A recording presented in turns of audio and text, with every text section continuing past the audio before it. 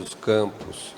E no campo da mobilidade é a encarnação da mobilidade sustentável, é a mobilidade elétrica, porque ela é limpa, ela não tem emissão nenhuma, né, do ponto de vista atmosférico, ela é silenciosa, além disso, de quebra, ela é confortável, né, porque ela não traz aquela vibração, solavancos, né, do motor de combustão interna.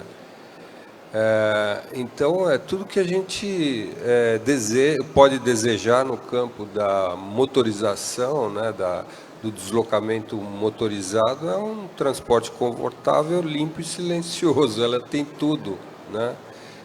E é barata, né, do ponto de vista do uso intenso, né, para quem hoje tem o uso intenso e no futuro pode baratear para quem não usa intensamente também, né? Vai ser mais barata do que a mobilidade convencional. Então, é isso, né? Eu acho que em tempo ela está chegando, né? Demorou, mas está chegando. Vamos lá, Leonardo. Bom, pode parecer meio repetitivo, mas hoje, depois de 2 anos e meio, eu falo que o maior valor, mobilidade elétrica é fazer mais o mesmo ou até menos com cada vez menos. Então, e é isso, volto a falar, é a questão do consumo consciente, é você se colocar num desconforto de como você usa o seu dia a dia, parar para pensar se dá para consumir menos água. Assim, eu sou meio paranoico com muitas coisas, mas eu procuro passar isso de forma positiva. Então é isso, é você soltar as amarras de um sistema que procura te manter preso a toda hora. Então é o maior valor que eu enxergo na mobilidade sustentável, enxerguei e na prática tem confirmado, é isso. A propulsão elétrica é a única que te permite, e a realidade, eu estou falando isso, é a única que te permite produzir seu próprio combustível. Então, quando as pessoas pararem para entender o que isso significa, é que eu não consigo enxergar como as pessoas não entendem, mas quando todo mundo perceber isso, eu fico imaginando o tamanho da revolução em cima da mobilidade quando isso acordar para todo mundo, isso despertar para todo mundo. Eu espero estar aqui ainda, acredito que eu vou estar aqui no mundinho ainda para vivenciar. É isso, o maior valor é a liberdade que ele pode te entregar. Vamos lá, Wanderley. Então, você perguntou o que é a mobilidade elétrica para você, né? Então, para mim, não é. Ela está sendo. Não é? Vou aproveitar o que o Léo falou aqui, que ele falou, eu espero estar aqui para ver. Não é? Eu não vou estar aqui para ver. Como Fala assim? Não fala assim. Eu estou com 54 anos e o IBGE fala que com 70 e poucos você vai. Então, eu mostrei uns gráficos aqui, 2050, 2034 eu já fui. Não é? Já fiz as contas, está tudo planejado, estou bem comigo mesmo. Já me preparei como o Léo, já está tudo certinho, tudo pago. Não é? Mas vocês verão. O Léo verá, a esposa dele verá, todos verão a consagração dessa transformação. Não é? Essa mudança. Que o resultado global de tudo isso vai ainda demorar. Não é? Eu vi vários estudos, eu tenho estudado muito isso, eu tenho viajado muito, o pessoal sabe disso aí, quem me conhece, para justamente alcançar, né, apesar de ser um cenário, alcançar esse momento, essa situação. A situação de impacto na sociedade, ela só vai ser sentida lá para 2050, 2060, onde todos esses conceitos de cidade inteligente, cidade conectada, mobilidade elétrica, não é?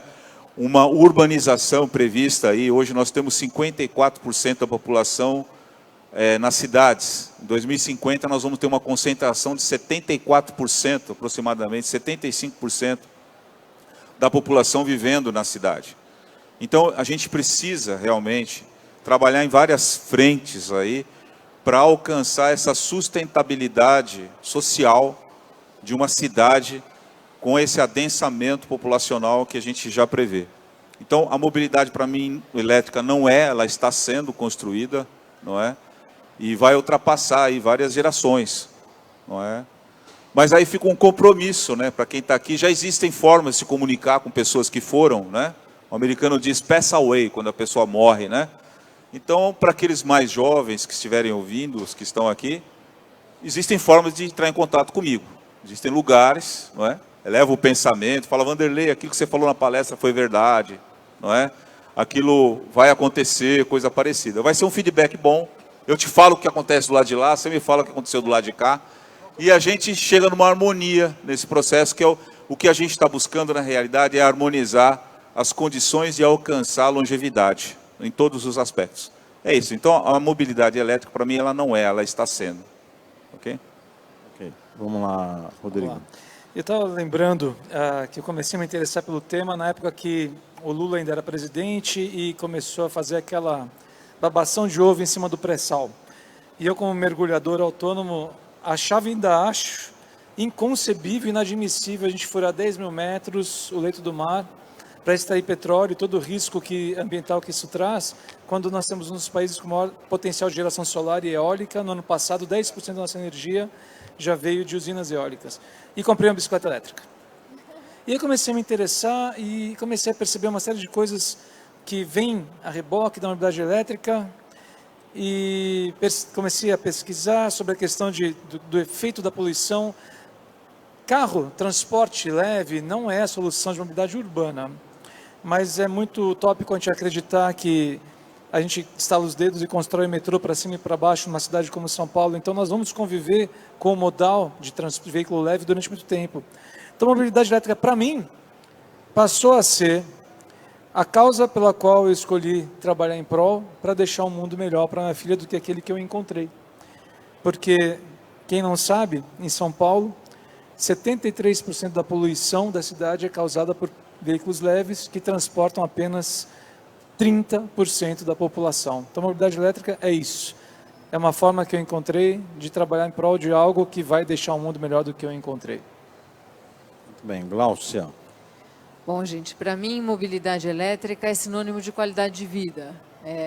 Minha vida inteira eu trabalhei por cidades, com cidades, e a gente não vive no Estado, a gente não vive na União, né? Essas são ficções que a gente cria para administrar o mundo, mas a gente vive nas cidades. Eu acredito que se a gente melhora a vida da pessoa que vive na cidade, que trabalha na cidade, esse é o espaço em que a gente convive, a gente tem uma qualidade de vida melhor.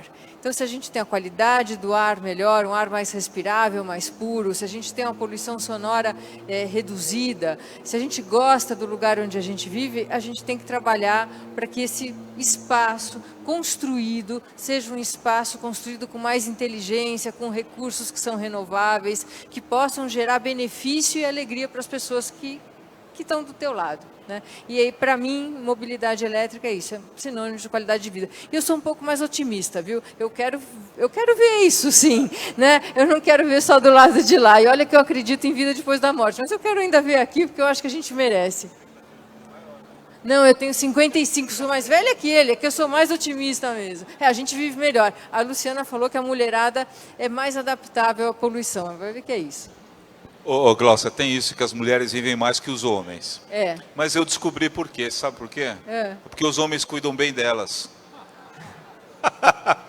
Desculpa, é uma brincadeira, mas já aconteceu isso. Olha, eu vou falar para você, eu acho que em casamentos bons, assim, eu vou falar pelo meu que está ali, né? Um cuida do outro o tempo inteiro. A gente tem que cuidar sempre. Bom, pessoal, a gente agora tem aqui 1, 2, 3 usuários de carros elétricos e 3 especialistas. Então está aberta aí a perguntas de quem queira perguntar, esclarecer dúvidas aí em relação à mobilidade elétrica, ou o que nós colocamos aqui hoje no fórum. Meu nome é Francisco, eu sou arquiteto urbanista e venho estudando o assunto de mobilidade urbana há muito tempo, décadas, né? E desde os anos 90, até projetei um veículo modular urbano, super flexível, que pudesse ser adaptado em vários usos, desde uso privado até um uso coletivo. Mas o que eu tenho visto hoje recente na internet, principalmente na Europa, é as iniciativas de você construir plataformas abertas, tanto tecnologicamente quanto conceitualmente. Eu queria saber o que vocês acham disso, que eu vejo como futuro. Eu vejo uma maneira de você se libertar da dependência de governos e de indústrias, né? Que são, as indústrias têm os interesses deles, os governos também têm aqueles interesses, e nós, indivíduos, temos os nossos, que é um pouco a filosofia toda que vocês expõem, né? E parabenizar por essa apresentação, que eu acho que foi excelente, foi fantástica. Obrigado. Quem pode responder aí? À vontade, qualquer um de vocês aí, gente. Francisco, né? Bom, ouvir isso de você, para mim, soa como música no meu ouvido, porque... Aliás, até aproveito para agradecer a Reed e o Salão por permitir a gente estar com esse microfone na mão. Eu sei que é arriscado colocar o microfone na mão de usuário, de consumidor de produtos que eles estão expondo aqui. E então ouvir isso de você é como música para meus ouvidos, porque eu, pelo menos, Leonardo, visualizo o que você está falando. Eu acredito que o conhecimento está descentralizado, isso tem aumentado cada vez mais, e realmente acredito na força do indivíduo como consumidor, né? A gente tem discussões às vezes dentro da associação, eu falo assim, cara, sei lá, eu vejo que eu vejo um projeto que nem o do Emanuel aqui da Kombi, ou do Alfredo, eu juro, eu fico babando. Eu falo assim, isso para mim é fantástico. O do Júlio, o Júlio que está aqui também já, ele chegou um pouquinho depois, fala, Júlio. Então, que converteram os seus veículos, sabe? Eu fico realmente espantado, eu sinto inveja por não ter a paciência e o conhecimento técnico ou curiosidade para realizar isso. Mas vou muito nessa linha que você imagina. Não sei, aí é uma briga de forças, né? É uma briga de forças, por isso que até eu fechei minha palestra falando exatamente disso. É esse convite para que a gente coloque energia nisso. Ok, tem a parte de regulamentação, de homologação, mas é uma coisa que a Bravei como associação pode ajudar. O nosso real interesse realmente é a popularização da mobilidade sustentável. A gente não tem nenhuma amarra com montadora, nenhuma amarra com políticas que não tenham a ver com o nosso propósito. Então sim, a gente pode talvez desenhar projetos que facilitem essas plataformas abertas, esse compartilhamento de conhecimentos, sem dúvida. Então, mas a gente precisa de demanda, né? A gente precisa de interesse do público, porque é isso, senão você fica só lá na sua casa reclamando do preço do combustível, aí vai lá e troca o seu carro 2017 por um 2019 do mesmo modelo, fazendo os mesmos 7 km por litro, e aí depois no churrasco reclama que a gasolina está cara. Eu falo assim, cara, tá bom, não reclama, então fica aí. Existem opções. Você precisa mesmo disso? Não pode fazer de outra forma? Não pode alugar um carro quando você precisar e usa uma bicicleta? Não precisa nem ser elétrica, vai a pé para a padaria, não precisa de carro. Eu incomodo, eu faço isso, eu já vi vizinho meu que parou de carro para a padaria porque ele falou, puta, realmente, era uma burrice eu fazer isso. O cara me deu feedback disso. Então, mas é isso, tem que ter a sociedade tem que se mover também, tem que se unir para medir forças. Em algum momento isso vai se equilibrar de alguma forma, ou eles vão aceitar a gente como parceiro, ok, a gente tem conhecimento, né, para desenvolver algo, vocês estão com uma ideia aqui, vamos junto, então, mas não dá, eu não arriscaria o que vai dar no futuro. O que vai ser algo diferente do que a gente vive hoje, sem dúvida, foi que nem o Vanderlei falou, está sendo. Está acontecendo. Em algum outro lugar, diferente do que a gente imaginava, cara, 2 décadas atrás, 1 década atrás, com certeza a gente vai parar. Sobre projetos open source que você comentou, tem uma na Alemanha fantástico, que está sendo desenvolvido por uma universidade. O Léo tangenciou o que eu vou falar assim. Acho que no Brasil, falando de Brasil, a gente tem 2 grandes obstáculos. E o primeiro, ele é cultural. E é um dos trabalhos que a Bravei faz, né? Que a apresentação toda do Léo foi muito focada em cima disso, que é uma mudança de mindset mesmo, para a pessoa entender que você consegue ter uma atitude mais sustentável e adotar carro elétrico, mesmo com todos os poréns que ainda existe no Brasil, que é um mercado que nem tem mercado de carro elétrico. Isso é nem embrionário, nós somos uma frota de centenas no Brasil. Então, enquanto a gente não conseguir trabalhar a cultura, você pode ter projetos open source maravilhosos, mas não vai ter para quem vender, entendeu? Então, acho que esse é um grande obstáculo. E o segundo grande obstáculo para esse tipo de coisa vingar no Brasil, eu acho que é justamente vontade política. Nós temos um colega, também converteu um Gol, que é o único Gol elétrico do Brasil, ele demorou quase 5 anos para conseguir fazer isso. Então, assim, se a gente conseguir trabalhar a cultura e, ao mesmo tempo, tirar um pouquinho da burocracia, das travas, para você conseguir fazer um projeto desse vingar, aí a coisa começa a andar. Mas antes desses dois obstáculos serem removidos, acho que é difícil algo vingar em escala. A gente pode ter projetos assim pontuais para testar, iniciativas, mas que não vão ganhar escala enquanto o nosso consumidor de carro achar que o carro elétrico vai dar choque se passar numa poça d'água, ou que ele vai ficar sem bateria quando virar a esquina. Enquanto a gente não mudar isso e não disser, você tem uma tomada, você tem teu posto de gasolina, né? Aí a gente não consegue escalar. E se não escalar, vamos ter o percentual de 0 ponto alguma coisa traço do mercado de veículos no Brasil sendo elétricos. Alô. Só fazer uma amarração, você comentou a questão da indústria, né? A indústria tem os interesses dela. Esses interesses estão aliados ao comércio, ao que vende. E vende o que nós, consumidores, geramos de demanda. Então, acho que é importante, que é o que a gente faz aqui, e a gente só vai comprar o que a gente conhece. Então, esse trabalho que a gente está fazendo, de desinteressado, de novo, a gente não tem nenhum vínculo com nenhuma empresa, é justamente para demonstrar um produto, para gerar conhecimento, gerar interesse. Que vocês forem comprar um carro, mesmo que não for elétrico, mas pergunte qual é a solução que você tem de mobilidade elétrica. Não tem nenhuma? Parte para o próximo. Qual é a solução? Então, a gente quer justamente fomentar isso, que as pessoas tenham conhecimento, obtenham informação através de nós, usuários, né, e com opiniões imparciais, para começar a gerar uma demanda. Aí o ciclo inverso vai ser benéfico. Com demanda vai ter produto e vai ter produção. Acho que esse é o grande objetivo aqui, de fazer justamente essa fomentação do mercado. Alguém mais quer complementar aí? O Vanderlei. Francisco, o fator demanda, né? Eu sou um cara assim que eu vivo no futuro sem capacidade de alcançá-lo. E eu falei que a previsão é nós termos no mundo, em 2050, aproximadamente 10 bilhões de pessoas. Hoje nós temos 7 bi. Então isso dá aproximadamente, a cada 10 anos, 1 bilhão de pessoas a mais no mundo, não é? Eu sou professor da Fundação Getúlio Vargas e a gente discute muito isso, não só na Fundação, com os alunos também, além os colegas que a gente está discutindo aqui.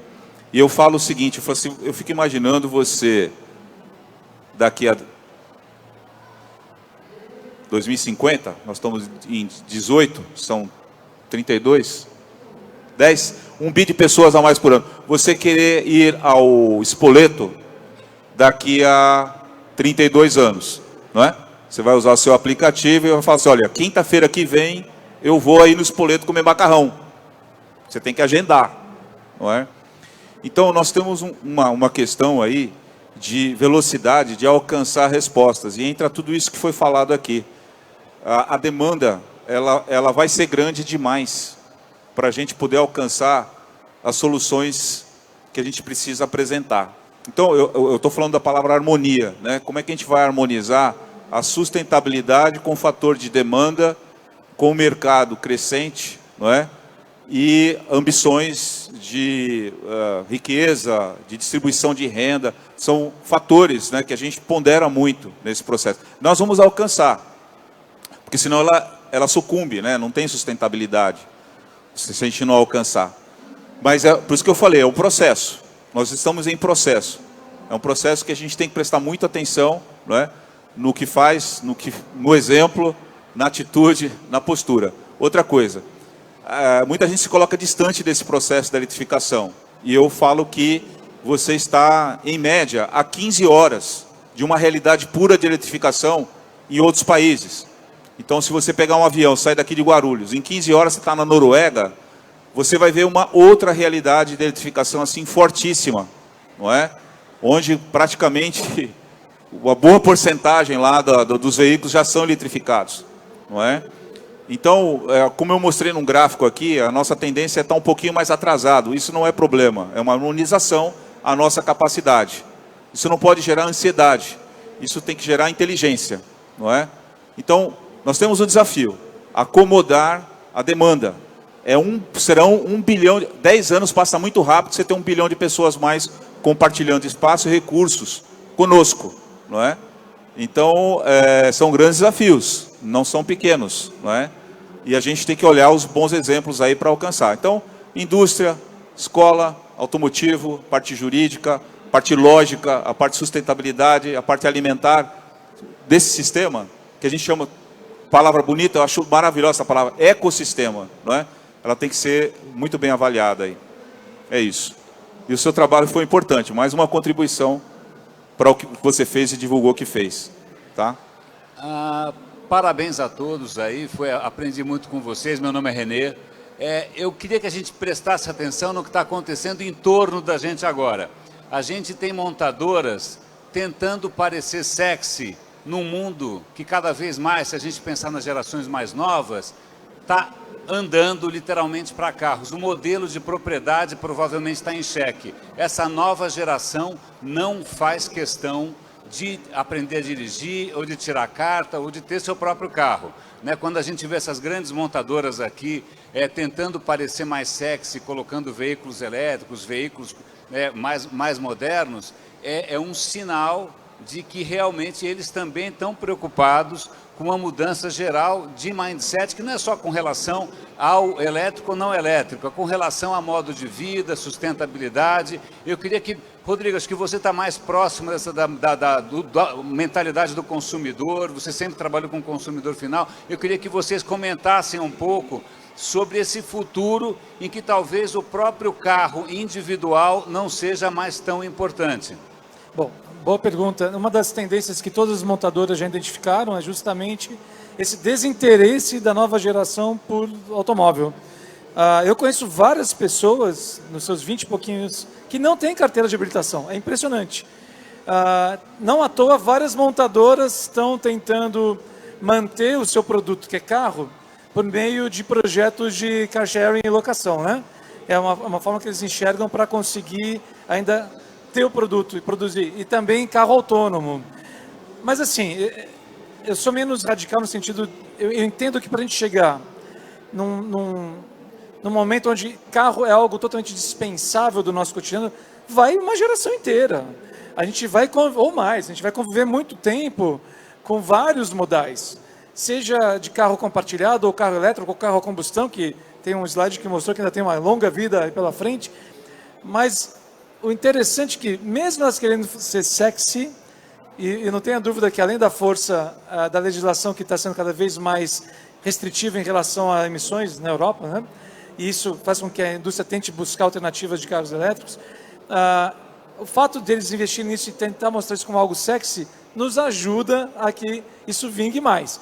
Mas eu não tenho a menor dúvida, os meus netos vão olhar para cá e falar, que coisa velha, entendeu? Isso não tem sentido usar esse treco nunca mais, eu tenho essa convicção. Deixa eu só complementar. Na verdade, você falou uma coisa muito interessante. Tem montadoras que estão, como é que chama? Maquiando algumas situações.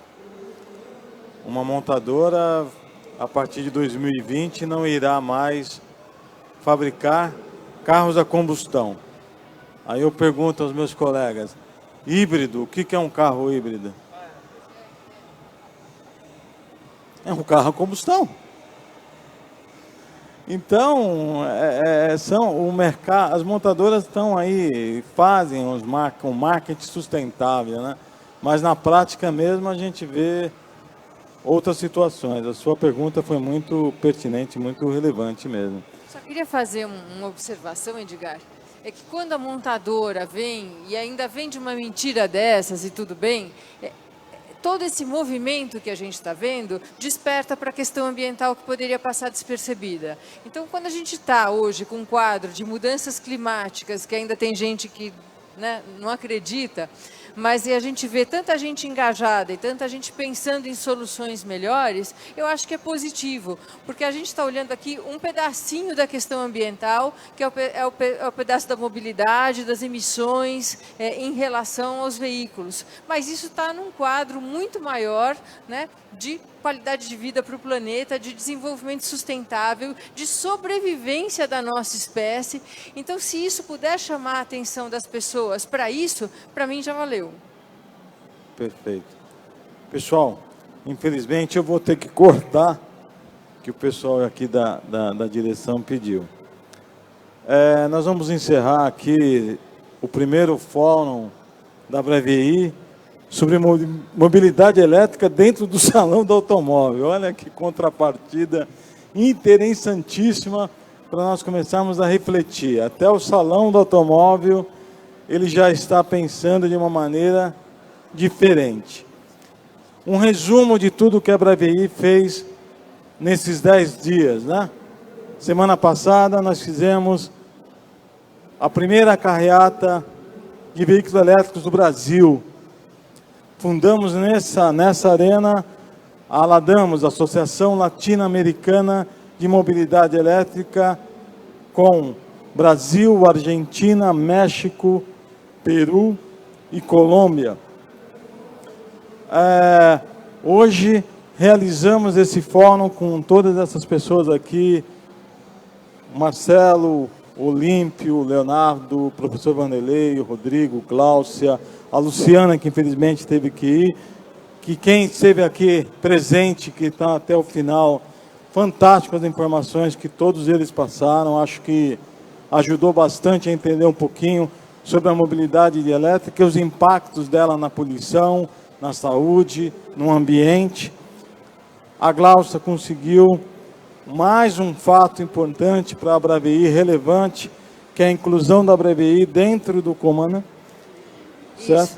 Eu acho que isso a gente já tem dentro do Ministério do Desenvolvimento, Indústria e Comércio, no MDCI. A Braveí é membro da comissão técnica, da qual ajudou a elaboração do Rota 2030, e agora nós vamos participar de um novo avanço, que é o meio ambiente. Então, 15 meses de uma associação muito prematura em relação a tudo que foi conquistado até o momento. Agradeço a todos vocês, agradeço ao público que esteve presente desde as 8 horas da manhã aqui, aos meus colegas abrivianos aí, né, afiliados, associados, que participaram de todo esse projeto, e damos por encerrada as ações da Braveí no 30º Salão do Automóvel Internacional de São Paulo. Muito obrigado a todos.